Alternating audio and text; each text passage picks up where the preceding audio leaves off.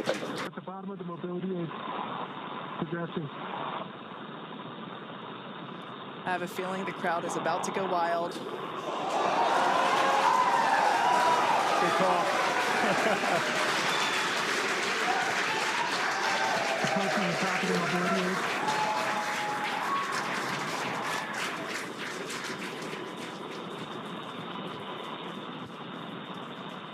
SpaceX. Back at home, we all have a lot of work to do, but from here, Earth sure looks like a perfect world.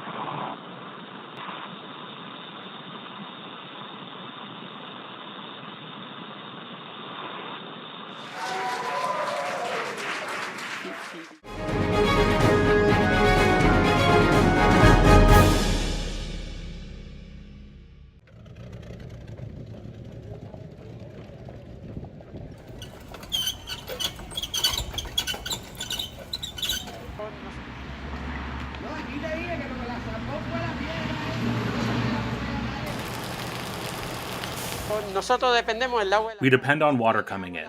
If water arrives, the tanks are filled. If it doesn't come, we can't provide water. When they cut off power, we can't give water. One thing depends on the other, and that's the game we play.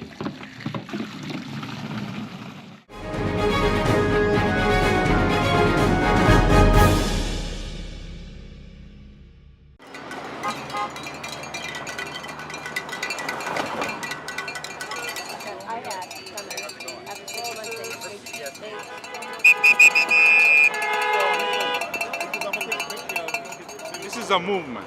This is a movement of people who are willing to go and strike, put their livelihoods on the line, and to get what's fair. That's all we want, is a fair deal. Fair shake compared to what other people are getting in the country. That's what the fight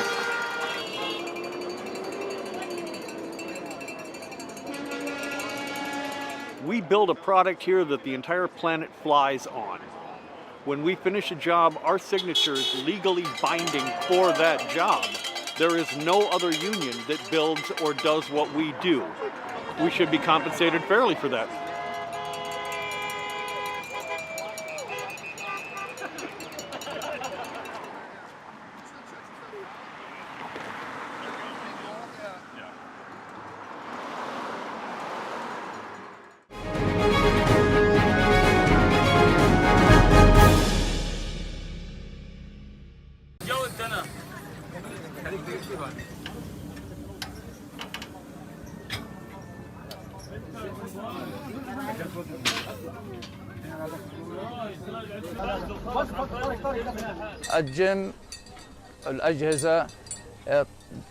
The gym and the machines were targeted in an airstrike in their old location.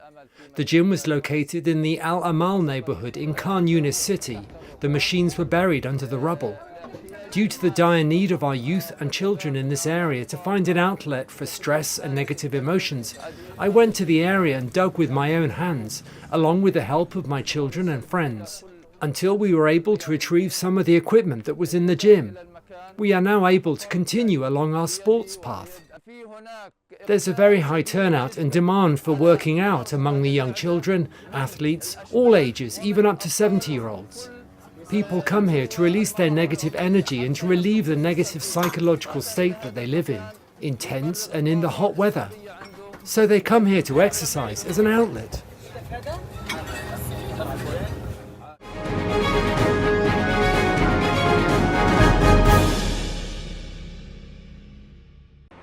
The Biden administration on Friday locked in steep tariff hikes on Chinese imports, including a 100% duty on electric vehicles. Top White House economic advisor Lael Brainard told Reuters the decision was made to strengthen domestic production of EVs and diversify away from China's dominant state-funded supply chain. Many of the tariffs go into effect as soon as September 27th. They include a 100% duty on Chinese EVs, 50% on solar cells, and 25% on steel, aluminum, EV batteries, and key minerals.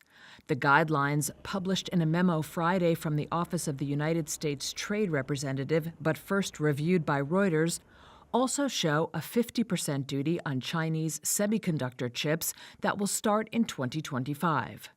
China has vowed to retaliate against what it has called bullying tariff hikes and argued that its EV industry's success is due to innovation and not support from the Chinese government. The higher tariffs take effect as Vice President Kamala Harris and former President Donald Trump both court voters in auto and steel-producing states, trying to position themselves as tough on China ahead of the November presidential election. Trump has vowed to impose 60% tariffs on all Chinese imports.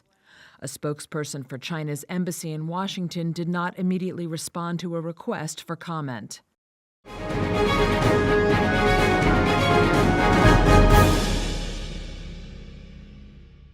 The funeral of Sven-Göran Eriksson was held on Friday in the small Swedish town of Toolsby, where he grew up.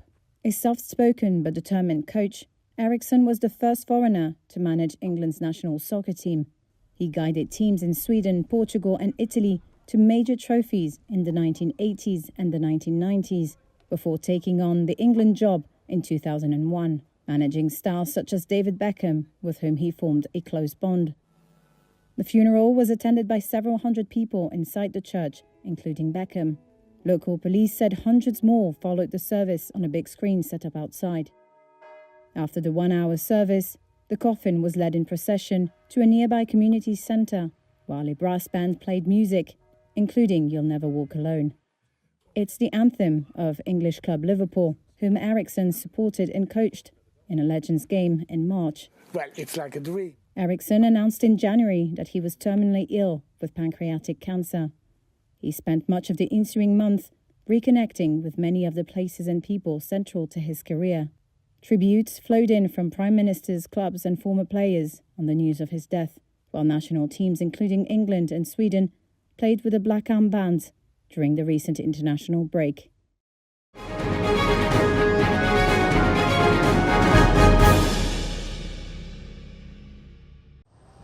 The surging cost of rent and a shortage of housing in cities such as Athens has prompted the government of Greece to crack down on Airbnb-style rentals. It's part of a new €2.4 billion plan that includes offering tax breaks to landlords who convert short-term rentals into long-term ones and increase the housing stock for permanent residents. At a news conference on Friday, Greece's Minister for Social Cohesion and Family Affairs said the country had joined others where a housing shortage was, quote, pushing families unbearably. Many here welcomed the pushback against short-term rentals amid economic frustrations. Graffiti on this wall reads in Greek, Airbnb everywhere, neighborhoods nowhere. This one, stenciled in English, reads, live the real Greek experience. €500 salary, €400 rent. Airbnb raises the rents. Nectarios Cordis is a 60-year-old teacher.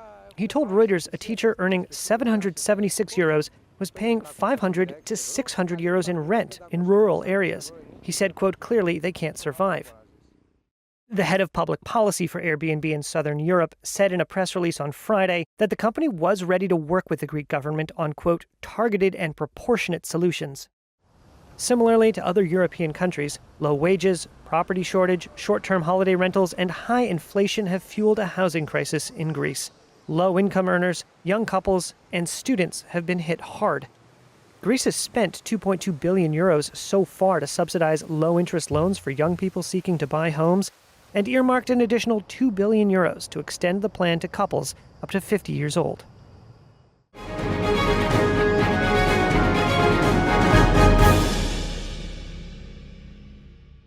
Many of you have probably been covering me for a lot of my life.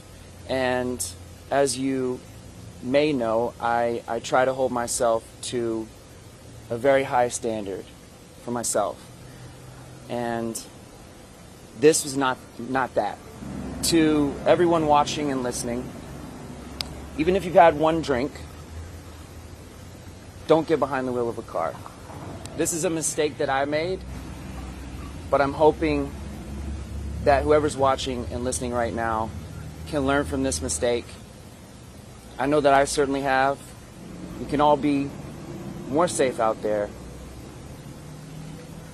And I'm going to do my part.